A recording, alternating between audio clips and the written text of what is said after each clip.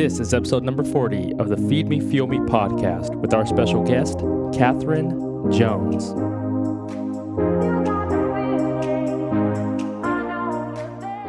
Welcome to the Feed Me, Fuel Me podcast. My name is Jeff Thornton, alongside my co-host, Michael Anders. Each week, we bring you an inspiring person or message related to our three pillars of success: manifestation, business, fitness, and nutrition. Our intent is to enrich, educate, and empower our audience to take action, control, and accountability for their decisions. Thank you for allowing us to join you on your journey. Now let's get started. We would like to thank our sponsor, FitAid. If you're serious about your performance and recovery, go with FitAid. FitAid is the perfect pre- and post-workout supplement product. If you're dragging pre-workout, FitAid contains natural ingredients to give you that boost and pick-me-up you need without the jittery effect. And if you're looking for recovery after your workout, FitAid has branched-chain amino acids or BCAAs, L-glutamine, L-arginine, vitamin C and D3, glucosamine, turmeric, CoQ10, and raw organic agave to accommodate the glycogen window and provide your body with a complete and clean recovery. Be sure to give them a try at lifeaidbevco.com, your local gym, or a grocery store near you. What's going on, guys? Welcome to episode 40. I can't believe we're here already. Yeah, it's crazy, right? Dang. Episode 40 of the Feed Me, Fuel Me podcast. Mike Anders here, my co-host Jeff Thornton. Hey. And today we've got apprentice, soon-to-be coach extraordinaire, Catherine Jones, joining us from San Diego, California. What's up, girl? How are you? What is up, guys? Catherine, good to see you, girl. It's been a minute. Yeah, seriously. So for those of you who don't know who Catherine is, you will. But just a little backstory before we allow her to tell you all about herself. She came to CrossFit PHX just looking for a place to train. And about 90 days in, she started exploring the whole, I want to learn more and be better. So she would show up for classes like super early and just play with an empty barbell until class started. And then eventually she asked the question, she's like, so what's this coaching thing all about? And we brought her on as an apprentice. And life took her away from us, super sad about it. But to her credit, she continued her journey, stuck with the process, found a gym, CrossFit Wind and Sea, correct? Yep. And is now at the tail end of her apprenticeship process there and getting ready to be brought on as coach. So super proud of you, girl. Watched all your progress via social media these days. Yeah. And, super jealous that Wind and Sea has you and we don't. But, it's been super fun to watch all your progress and everything that you've accomplished. So for everybody who doesn't know who you are, go ahead and give everybody a little bit of your background and, what you're working on and what you're aspiring to right now. Yeah. So basically I'm from San Diego and I moved out to Arizona to go to Arizona State. And my first 2 years was a sorority girl out there, just really just living and drinking and partying and that kind of stuff. And I found PHX, I think my sophomore summer, and I'd had it with just going out every night, drinking, all that stuff. I just really wanted to find, and I was also so bored with the gym. So I was just over it all. And one of my coworkers was like, you got to check this place out. And I had so many ideas of CrossFit and what it was. And I went in and I did, I think it was like, half an hour with Caleb and just did a few things. I was like, this is what I need right now. And signed up, and honestly, that's all she wrote. Like, I was addicted from there, and just the community was amazing. And I was just honestly blown away by everything that PHX was bringing into my life and stuff. And so that just became my home and my safe place, and everything. Every bad day was made better when I got to the gym. And, I saw the impact that you had on all of us members, and all the coaches were just so relatable. And I knew I wanted to do that. And I'd been, exploring different majors and stuff. And I think just done with teaching. I wanted to be a teacher, but I really just lacked the passion for that. And I knew in some ways I had those qualities of a teacher, but I think once I saw, you know, coaching as, you know, and that it just really spoke to me. And so I knew I wanted to start to learn how to do that. And, I learned so freaking much from you, and you know, I'm continuing to learn new things every day, and I think that's still the best part, and I haven't gotten bored with it yet. So that's where we're at right now. I'm just trying to, you know, obviously not in Arizona doing it the way that I thought it was going to work out, but like you said, life has a weird way of throwing us curveballs, and I'm only 21, and it still has life has a lot to show me, so I'm just trying to figure it out right now. Okay, that's good. As we all are. Let me tell you, it doesn't. Yeah. It doesn't change even at 33. We're sitting here still trying to figure it out. So. I'm 29, bro. My bad. I don't want to hang 30 over your shoulder man. now. No, you know, I totally forgot that your experience at PHX also convinced you to change majors. Mm-hmm. Yeah, exercise and wellness, what I am now. I mean, within the context of a 4-year degree, that's a life-changing decision all by itself. Mm-hmm. Absolutely. So that's pretty dope. Yeah. I feel I'm really humbled by that, actually. Mm-hmm. So through your process, probably I think you were making the transition away from the sorority life prior to starting your apprenticeship with us and everything. Mm-hmm. But what was it about the adoption of your new lifestyle and your passion for fitness and stuff like that, you know, what was the catalyst for you to make the decision to literally change the people around you? Well, you know what? It's funny that you say that, because I remember, I think it was like December, and this was just right about when I was about to drop my sorority, and you were like, gosh, Catherine, like, you've been here for 6 months now. And I was still trying to get my sorority to come do like a workout or something, trying to get my friends to come and just kind of see this new part of my life that I was so excited about. And time after time, like, it just kept getting like, no, no. And I was kind of getting frustrated. And you were like, it's kind of funny and weird that, you know, you've been here for so long, or not even so long, but, you know, 6 months was still enough time to get someone to come, and no one was coming. And so I was like, that made me take a step back and look at my circle and be like, am I really like these people anymore? Like, am I like this group? Is my group really bringing, like, what are they bringing into my life? And I think that was kind of a big determining factor. And I felt like I was just making excuses as to why I couldn't go to the events there. And I was just finding more and more that it was just draining. It was like taking away from this new fire that I'd gotten from, you know, from CrossFit. And I think that was really what the like deciding month was just, I need to figure this out. Is this really worth it? And not to mention, it was taking away of a lot of money from spending it on other things, and especially CrossFit as well. So I think that was when I finally decided to drop it. And honestly, like, I have such great memories, especially from those first 2 years, and I got a lot of like shit from that. And a lot of people were so confused why I dropped and why I wouldn't stick it out for the 4 years. And I think it just, you know, it's not just because I didn't have it for 4 years doesn't mean that I didn't get something out of it, and I didn't, you know, but it just, everyone has a different story, and that's just how mine was. And I was sad for a little bit, but I think once I realized the time that I had to start diving into what I loved was the right decision. I think, what? Okay. No, that's awesome. We lost you there for a second. Okay. No, I mean, that's so big, and that's a very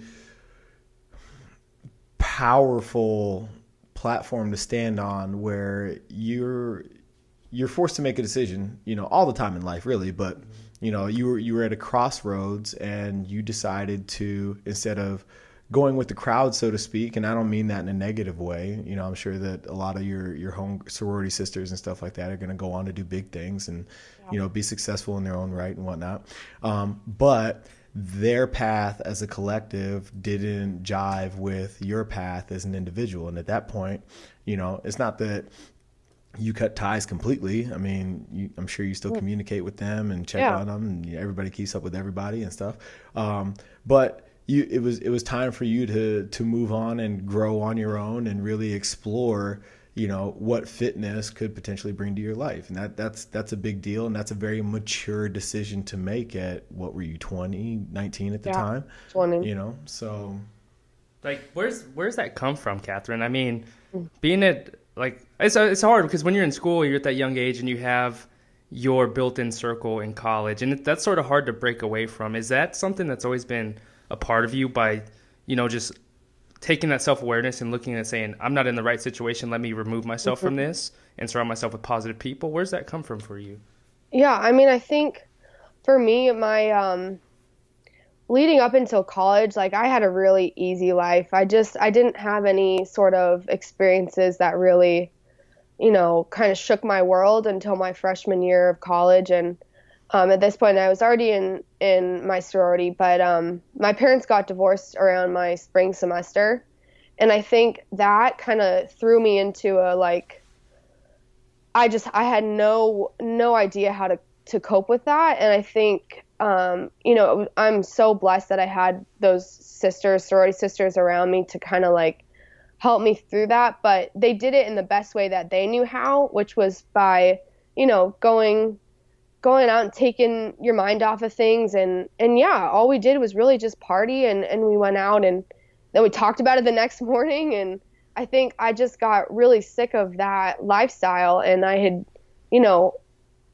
just gained a lot of kind of bad habits from that. And so once I started to, strip myself of those and really kind of expose what was really underneath all of that, and that was through joining PHX and finding myself through CrossFit, I think I realized I was ready to take the next step, which was to really start doing things for myself and focus on what was really important to me and what I came to college to do, which was to, figure out what I wanted to do for, a good portion of my life. I'm not going to say the rest of my life, but, I think that was ultimately, like, I was just done with it. Like, I was done with the stuff that wasn't bringing anything to my life. And yeah, I totally still keep in touch with my friends from my sorority and stuff. And especially now that I'm back home, they've come around me too and try to support me. But again, it's like I started to find myself, and that I was really different from a lot of them. So you can't just ignore that. So moving forward, you kind of let the cat out of the bag on social media the other day when you posted a picture of you and this really awesome looking donut. I must say I was a little jealous because I was like, I want one of those. But in the post you would talk about a period of your life where you had this huge conflict with food, and at the same time, the time period that you mentioned was a lot of the time that you were at PHX, and I had no idea that you were going through those internal struggles. Like, I know you were going through the sorority thing, changing your major and stuff like that. I think at that point I had met your mom once or twice. She had come to visit and whatnot. So aside from the social stuff, I had no idea you were having those internal struggles. What was that all about for you? And, yes. and if you don't mind diving into the details of what those struggles actually were, we're kind of interested in what the triggers were and how that manifested for you. Yeah. So I think probably I started my first summer of CrossFit, up until probably about,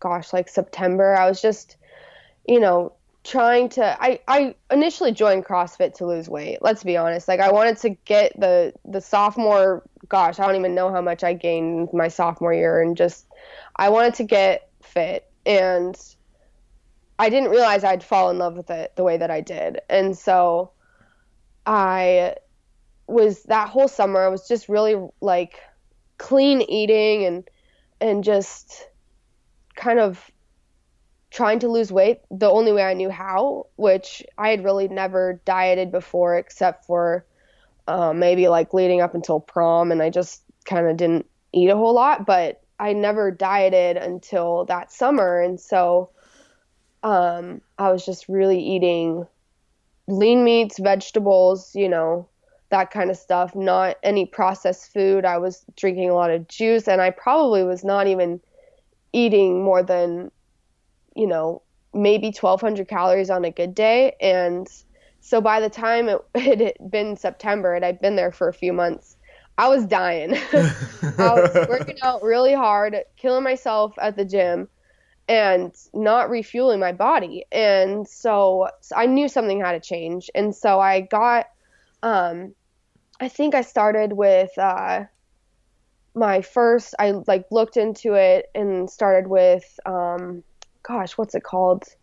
I think you would turn me on to it. It's with, with a D? No, not working against gravity, but it was some program. It'll probably come to me later, but it was just tracking macros. So you would get your macro number. If it fits your macros? Well, yeah, it was IIFYM, but it was a special program aimed towards CrossFitters. Zone? So I was like, cool. No, it's Eat to Perform. That's what it's called. Go. Yeah. Yeah.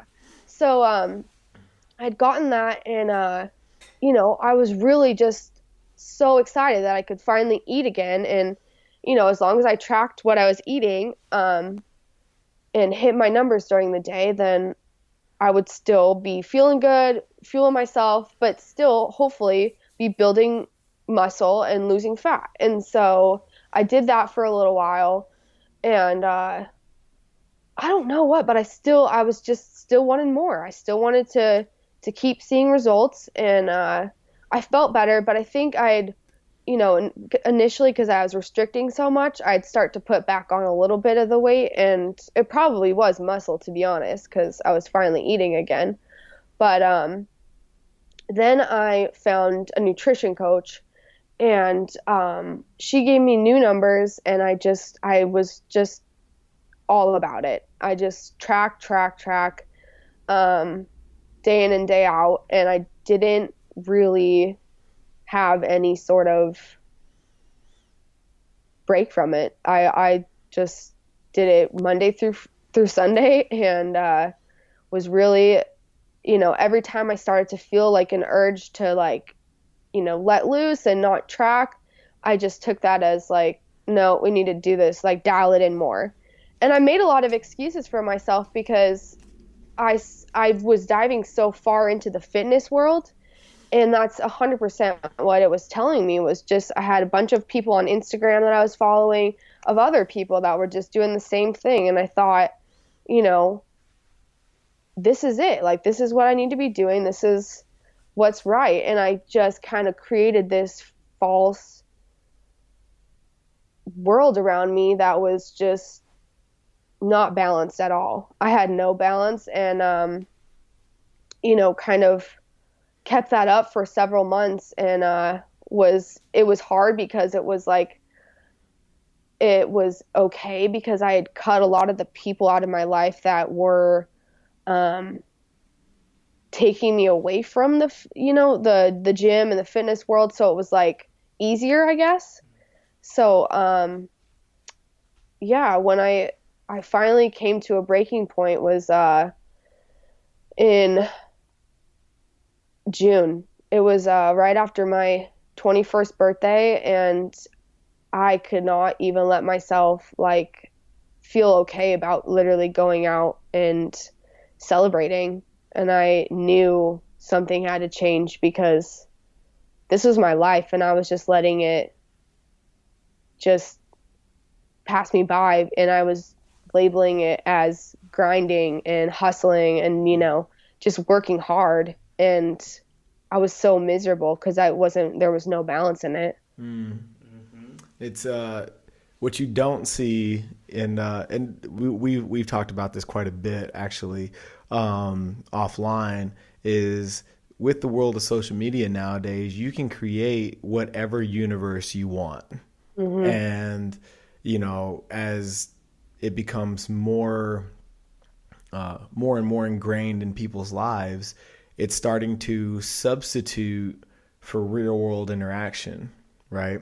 And even though there's millions of fit people out there, there's even more not fit people out there. And there's even more people not eating, for the stage and stuff and preparing for competition and whatnot.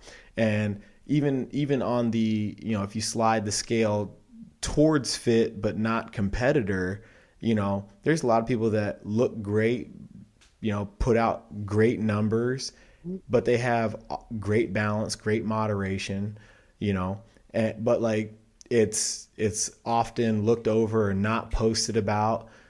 I love McDonald's. I love fast food. I live a life where I work hard enough and I eat clean enough, consistently enough that I don't feel guilty about enjoying those things every once in a while. And it is every once in a while. It's not, you're driving for, you're taking a road trip and the only option is McDonald's because you didn't plan correctly or whatever. And all of a sudden that one meal, you feel like you fell off the wagon. That's such a crazy mentality to have. But in your case, being so new and just diving into fitness and creating that universe for yourself, it's totally understandable how that became the lens with which you look at the world. And it's very interesting that you created that universe for yourself to the point that instead of being inspiring, it became a negative for you because now you're holding yourself against all those people. Yeah, and it was definitely like, I think for me, because I just was so new to it that I wanted the fast track. Like I still like totally like I had this belief that like there is no fast track. Like, number one thing I always heard from you was trust the process. Like you've gotta be patient. You've gotta just wait. And I didn't want that. And I knew that like I felt like I had found the secret, like tracking my macros. I could just keep doing this and then I would finally I'd be lean, I'd be fit. Everything would work for me if I just kept doing this. And again, yeah, like if I strayed or if I had a night out with the PHX fam, I just felt so like guilt. Like I had this guilt about it, and I knew, like how much longer was I going to live like that, and how much longer was I going to make excuses and not hang out with people, like people I love, people that were important to me, and spend time with them, and all for, what, like it made no sense to keep living like that. And I really did hit rock bottom. And this was a lot of different like emotional things I was dealing with too, just in life. And I think food and exercise turned into my coping mechanism to the point of I was just obsessed with it. And like, I had a lot of stuff going on that I used food and exercise to deal with. So like, if I had something really hard emotionally, like automatic would just go to working out or controlling food to make myself feel better. So I'm not saying I just got this eating disorder just like I woke up and had it. It was definitely like a lot of things compacted into, the result. But it definitely has been something I've been working through and trying to find balance again. And it's I think when I first came home, I spent all of July just kind of realizing that this was a problem. And I think one day I had been like kind of punishing myself so hard for eating bad that weekend, and I went to the gym and I worked out, and I was just literally at the end of my workout, I was on the verge of tears, and I was like, how did this happen? Like, how did I get to this point where this is like my favorite thing in the world, and I'm just so unhappy right now with it. So it's been a beautiful process kind of to try to like to figure out and work through all my junk and find my passion for nutrition and food again, because I am so passionate about it, and I lost that through this eating disorder. So like just learning how to nourish your body instead of, be a slave to the foods that you eat, and take care of it through health and fitness. That's what we're supposed to do. Mm-hmm. And that's what's so interesting. I mean, Durs and I, we've gone through the bodybuilding world and bounced back and forth. So I think, like, aside from the nutrition and diet and things, what people fail to realize from the outside looking in is that whole physique, like, you may look your best, but the psychological battle that you have every day you wake up, that's the hardest part as you're going through this. Because if you don't see yourself with that, your ab doesn't have a vein in it, and the next day if it doesn't have two veins, it's like, then you start creating this story in your head of like why you can't hang out with your friends or enjoy this snack or whatever it may be. And then you sort of like start creating this callus over, like when you're working out, you build calluses on your hands, but you create this mental callus over yourself and say, these are my protectors. Like, this is why I don't do these things, is because this is painful to look a little bit of, like, have a little bit of fat on my body. And we've all been through it. And I think for women, it's so tough because, for me, I think women have it a lot harder because you see the Instagram models or whomever, and nothing against them, but what, like I say, if I look from a young girl's perspective with nieces and stuff, they look at these women's bodies and say, man, she has an amazing figure, she's ripped and whatever. But women have such delicate bodies that they have, if they're so lean, they lose their menstrual cycles, and that's an unhealthy cycle, and then you have to put yourself on, they think they have to be such on a restrictive diet and things. And I just think it's so tough for women, especially coming up and as you're growing and you're developing as a woman. Did you find that a part of the problem too, with what you were seeing other women's physiques look like as you continue to grow within your body? Yeah, absolutely. And I think that's why I decided to really just be raw on Instagram and just put it out there, because I want to be a voice for those girls that are looking to those people on Instagram and seeing, a lot of athletes in whether they be bodybuilders or CrossFitters or whatever, but saying like, and I have nothing against tracking your macros. I'm still, trying to learn how to do it healthfully, but, you can't just put that stuff out there and with pictures of them like ripped and lean and looking like this and thinking that everyone that's going to see it is going to take it and use it in the right way, because that's all I was looking at was just pictures of other people, like you said, like lean, shredded, just looking their best. And I wanted that. And I knew that, what they were telling me was they were showing me how to get there. So I thought if I just followed that, then I would be able to finally reach my quote unquote goals. But I have a picture of myself on my 21st birthday in a bathing suit, and I was probably the lowest weight I'd ever been. Like, you could see my muscles, and yeah, I was proud of it, but I was still so unhappy because I wanted more, and I wanted, I just had this craving to like keep pushing harder and keep going.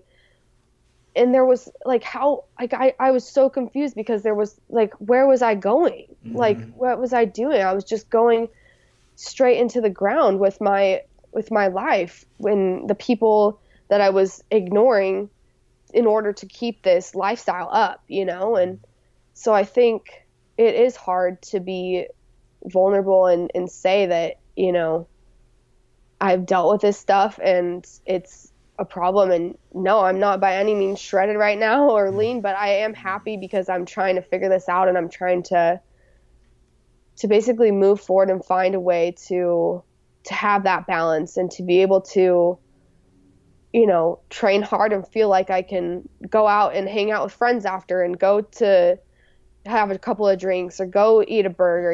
It's like that's what it's all about. And if you're continuing to eat every single meal from a Tupperware and pack your meals, like I think that has a purpose for sure. Like if you're training for a meet, training for whatever, training for the freaking CrossFit games, like I get it. Like that is awesome. Like there's a time and a place to do this kind of stuff. But when you're just living your life, you can't keep that up. It's not sustainable. No. Well, we had a conversation yesterday with Jordana and a previous guest, Felicia Romero. And we talked about that. When it comes to, training and it's cool to have your rabbit, the people that you're chasing, the people that you admire and stuff like that. But you also have to understand that, they're training at that tempo, with that volume, at that intensity for a reason, right? And it's admirable, and it's serving their purpose. And I think nutrition goes the same way in terms of how people are eating for a given period of time. And, I'll tell you, Jeff will tell you, Felicia will tell you, even Taylor, whose episode came out today, will tell you that, from the bodybuilding perspective, you look your best on stage and you feel your worst on the same day, and that's a very interesting dynamic all by itself. But when you create that universe that you'd created, what they don't tell you in a lot of cases is, when they pump the brakes and enjoy that good cheat meal and have those donuts or, oh, by the way, I eat clean 6 days a week and I binge on Sundays, like they leave that shit out. Yeah. And, I feel like at this point, with the access that people have, to media and stuff like that, at some point you have a social responsibility to be, if not completely honest, at least a little more honest than you're actually being. That your life doesn't revolve around Tupperware and stuff like that, even if you are performing at a high level. And like you said, everything has its season and everything has its purpose. And I think once you identify your goals, and we talked about this with Jordana the other day, once you identify your goals, and they become yours, it takes a lot of the pressure off yourself, and it's like, okay, I'm not here to go to regionals, or I don't want to go to the CrossFit games. I just like CrossFit. Yeah. For the community and what it does for me and my release and blah, blah, blah, blah, blah, blah, blah. So I don't have to swing the pendulum all the way to the right. I can live somewhere in the middle and be fine with that, Yeah. But it's so easy in the very beginning to, you kind of pigeonhole yourself in this world where it's like, oh my God, I'm so far behind. I need to do everything that I can to catch up and bridge that gap so that, my times and my loads and everything match the people at the top of the leaderboard, when in actuality, you don't really, in a lot of cases, you don't want any of that shit. You just want to be the best that you can and progress as best you can along the way and enjoy the process. And like you found, when you take it to that extreme, that which you fell in love with actually becomes something that you hate, or you don't want, you lose the passion for. And that's how a lot of people, like, especially, in the athletic community and stuff like that, fall out of love with it, because it becomes a job. You become a slave to it, and everything that you loved about it is exactly what you hate about it. Mm-hmm. I think I got to the point where I was like, I was so passionate about coaching and wanting to become a coach. but I was living this life, and I was, you know, I didn't feel confident saying like the way that live my life is what you should do. I wasn't leading by example, because I was so extreme with it all, and I was spending so much time in the gym, and this is because at the time, it was my way I was coping with everything, and it was just an unhealthy point. So I was just so frustrated that I just didn't feel like I was able to show others and be proud of the way that I was living. And I think that's when I realized something had to change, because, coaching is what I want to do. But I think I've learned, especially from your example, that you can't do that until you fully, until you've gone through some shit, until you've dealt with all that stuff in your life, all the junk, and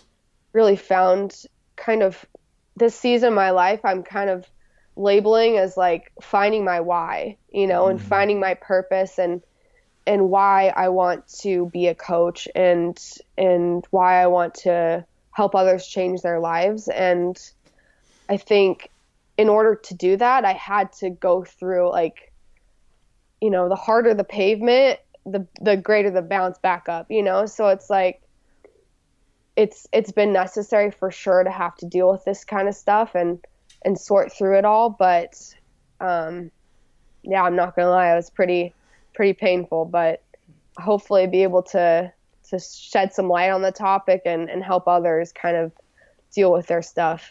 Well, that's all part of the journey, right? You have to, without hardship, you don't learn anything, whether it's self-induced or it's life having, happening to you or because of you, or however you want to look at it. Without struggle, there is no growth.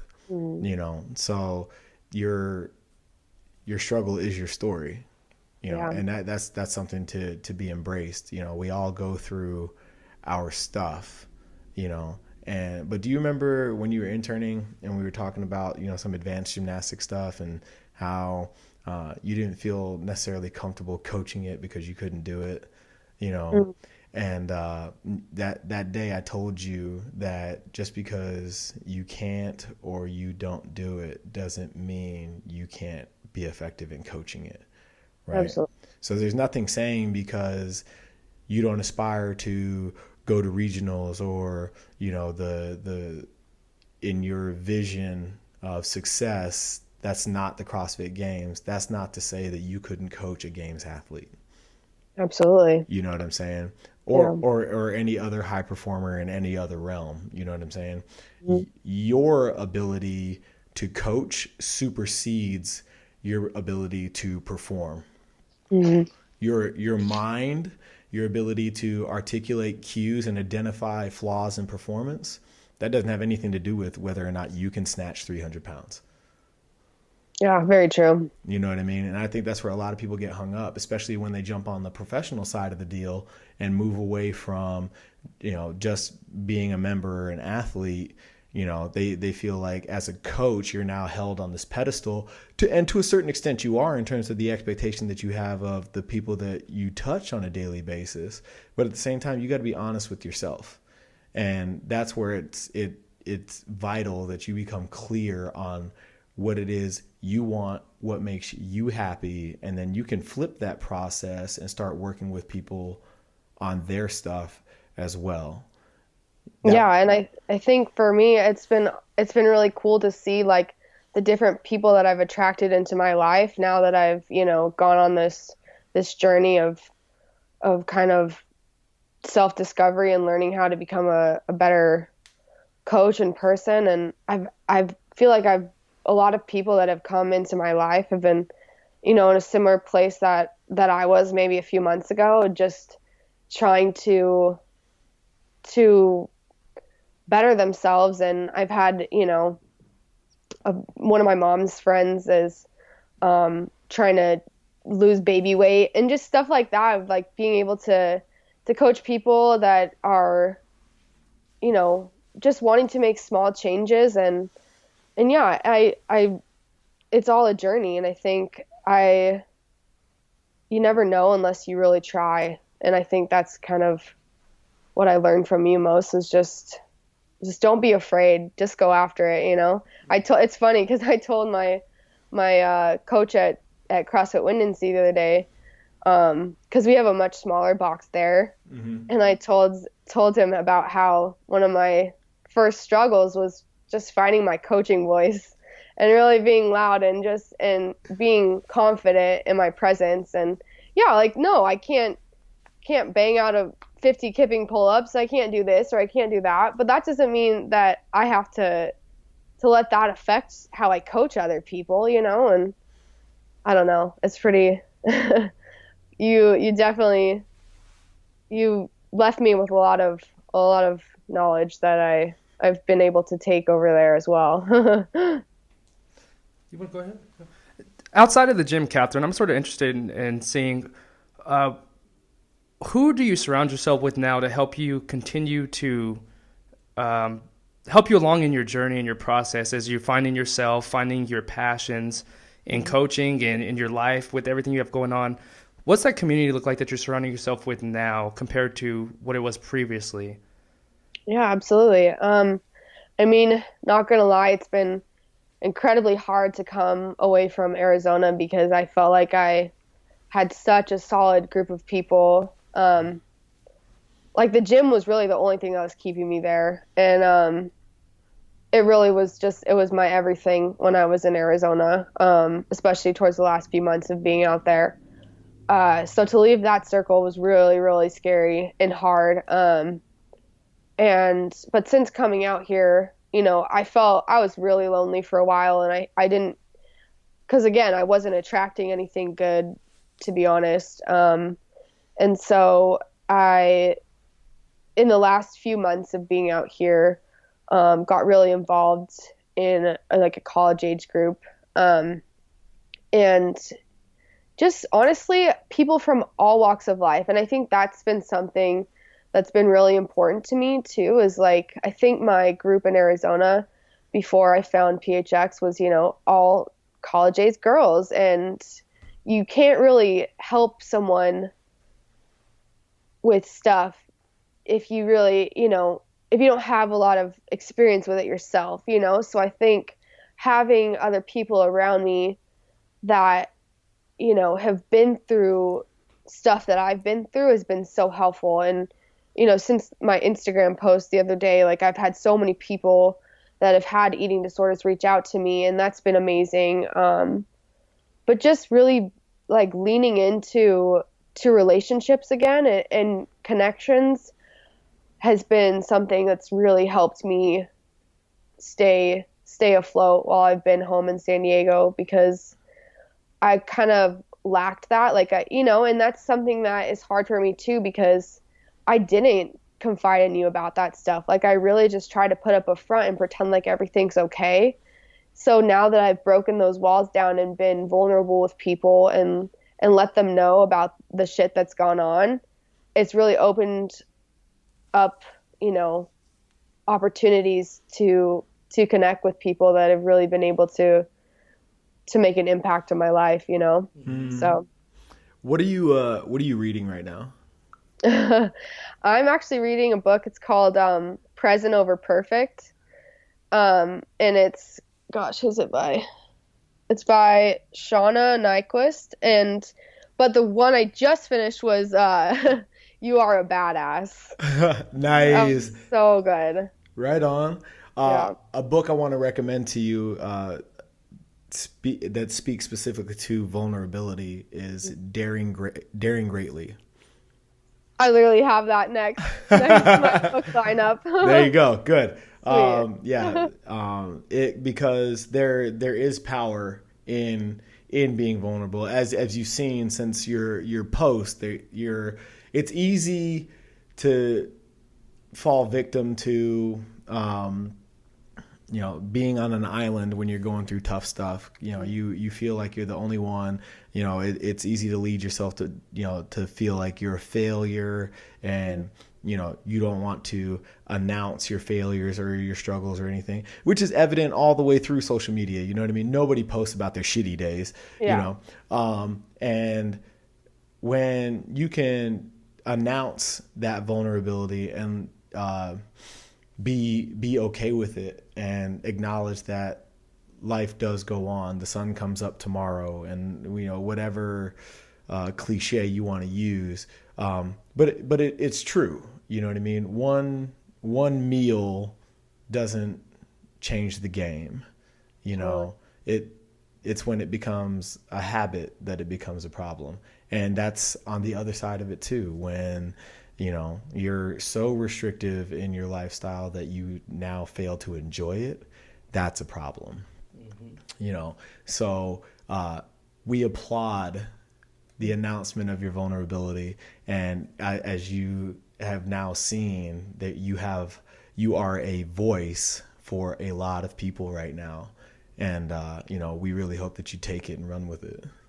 Yeah, no, absolutely. I think it should be pretty exciting. I'm excited for myself. This next year, 2017 is going to be a big one for me for sure.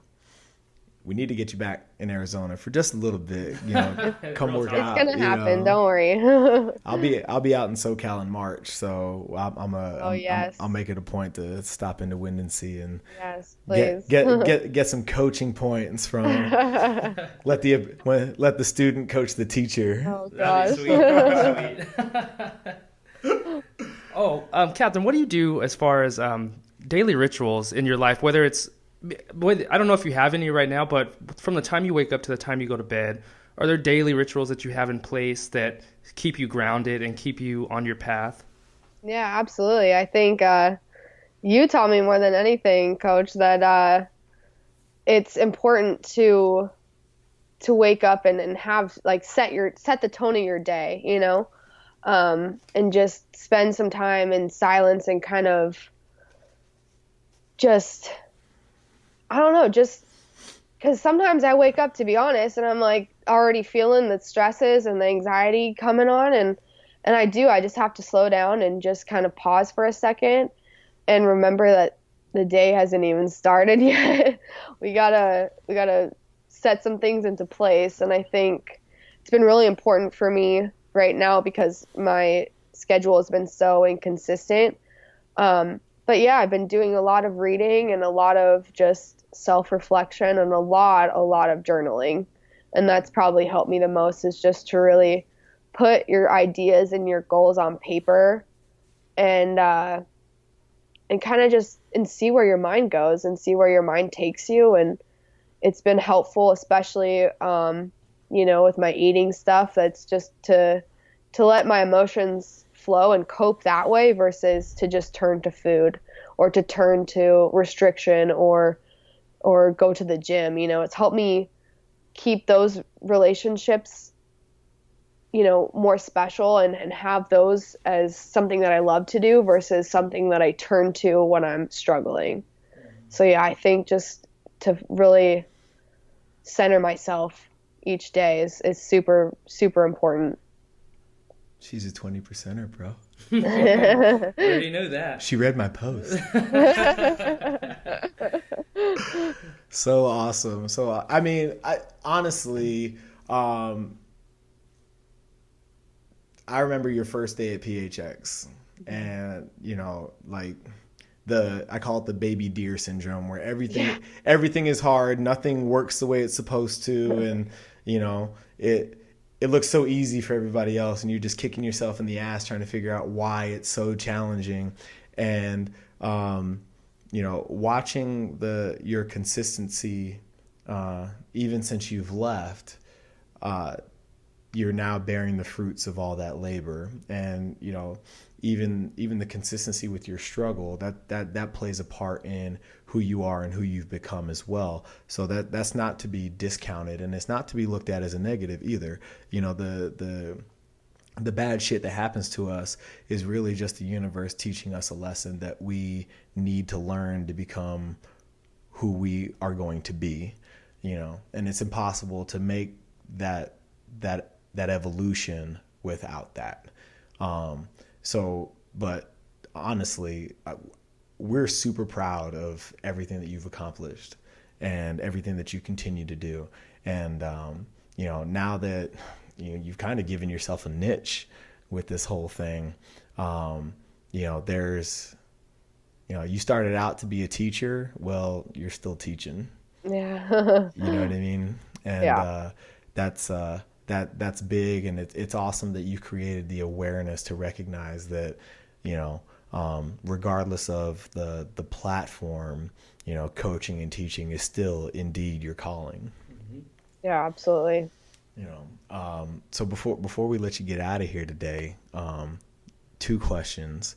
What's something that you do every single day to feed yourself, get the ball rolling? And then that's something you do every day to fuel yourself and keep that motivation and keep you moving in that positive trajectory.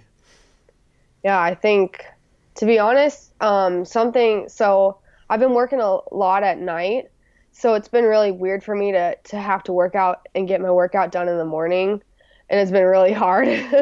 And it reminded me of all our 5 a.m. Monday mornings at the man. gym. You know 5 a.m. was where it's at. Don't lie. Oh gosh, I know. And I think for me, just kind of getting up and getting that done, it really just makes me feel better for the rest of the day. And it's like, I know. Get it done. That's right. Exactly. So, I don't, to be honest, after closing and walking out of work at 11:30 and waking up, at 7 a.m., 6 a.m. to make a morning class, it's hard. It sucks, but I feel so much better for it. And I think it's just making those things a priority and making my health a priority is been so important for me. And it's taught me a lot about just kind of sucking it up and doing something good for yourself, and to be honest, fueling myself it's all been brain right now. It's all mental. Like all the stuff that I've been doing is just a lot of like not ignoring the stuff in my life, not trying to just lock it up in the closet, but just really exposing all of the stuff that I've been struggling with and laying it all out there and really finding tools, whether it be, a counselor, a mentor, someone to help me get through it, or, podcasts, books, everything, but just giving myself an opportunity to sit and process and to really spend time working through that stuff has been super important. So I've made a lot of mental gains, probably more mental gains than physical in this season, unfortunately, but it's all necessary. You can't be healthy with one without the other doesn't equal full health, in my opinion. So you gotta be strong up in the mind in order to be healthy in the body too. So hit the nail on the head, Catherine, as always. Like you said, very proud of what you're doing and continue to keep it up. Where can the community go to support you and anything you have going, so far as personal brand, social media, wherever it may be? Yeah, absolutely. I mean, I'm trying to kind of build a new Instagram life for myself and really be more open and raw about the stuff that's been going on in my life in order to help other people, because I think I have a lot of stuff to talk about, and I'm also in the process of kind of starting a blog of just my ramblings and different stuff as well. So be on the lookout for that, because I'll definitely have a lot to say on there. There you go. And then what's the handles on that, or websites, or your Instagram? My Instagram is Catherine D. Jones, and the blog is to be announced. So well, we'll be on the lookout for it. Yeah. And I can't tell you how proud we are of you and everything that you're doing. So thank you for taking the time and being so vulnerable with us, and allowing us to be a part of your journey, because thanks. we've grown as a result of you being a part of ours. So yeah. Well, I sure do miss you guys, and I can't wait to get back out to Arizona. And it's totally. It's definitely still my place. The family misses you. They ask about you all the time. Oh. Yeah, your partner in crime, Caitlin. She's like, I wish I had Catherine back. Yeah. No, so awesome, so awesome. You're doing great things, and we can't wait for this episode to launch, and for your story to impact so many lives, because that's kind of what we're on a mission to do, and you have a very specific audience that needs to hear your story. So thank you so much, girl. We really appreciate it. Thank you. Yeah. All right. Thanks for exposing the elephant with us. Yes. And, until next time, guys, feed me, feel me. Peace. And that'll do it for today's episode with our special guest, Catherine Jones. If you want to see everything that Catherine has going, go check out the full show notes on feedmefuelme.com. Also, be sure to connect with us on social media, including Facebook, Snapchat, Instagram, and Twitter at feedmefuelme. We would love to hear from each and every one of you. We're excited to announce the Feed Me Fuel Me Summit on July 10th, 2017 in Sedona, Arizona. Our keynote speaker will be Forrest Lustos. If you haven't had a chance to hear Forrest's story yet, be sure to check out his episode number 19, Mastering the Superficial and Becoming Exceptional. It's guaranteed to fire you up and make you take action. We've released event details on the website and will continue to update them in the coming weeks as the event nears closer. Go to feedmefuelme.com, click on the link 2017 Summit, purchase your ticket, and we'll see you there. If you found this episode inspiring in any way, please rate, comment, share, and subscribe so we can continue on this journey together. Also, be sure to share it with your friends and family on social media, including Facebook, Snapchat, Instagram, and Twitter, or any other social platforms that you use. We really appreciate you spending your time with us today and allowing us to join you on your journey. We would love to hear your feedback on this episode, as well as guests and topics for future episodes. To end this episode, we would love to leave you with a quote by Michael Masser. Learning to love yourself is the greatest love of all. Thank you again for joining us, and we will catch you on the next episode.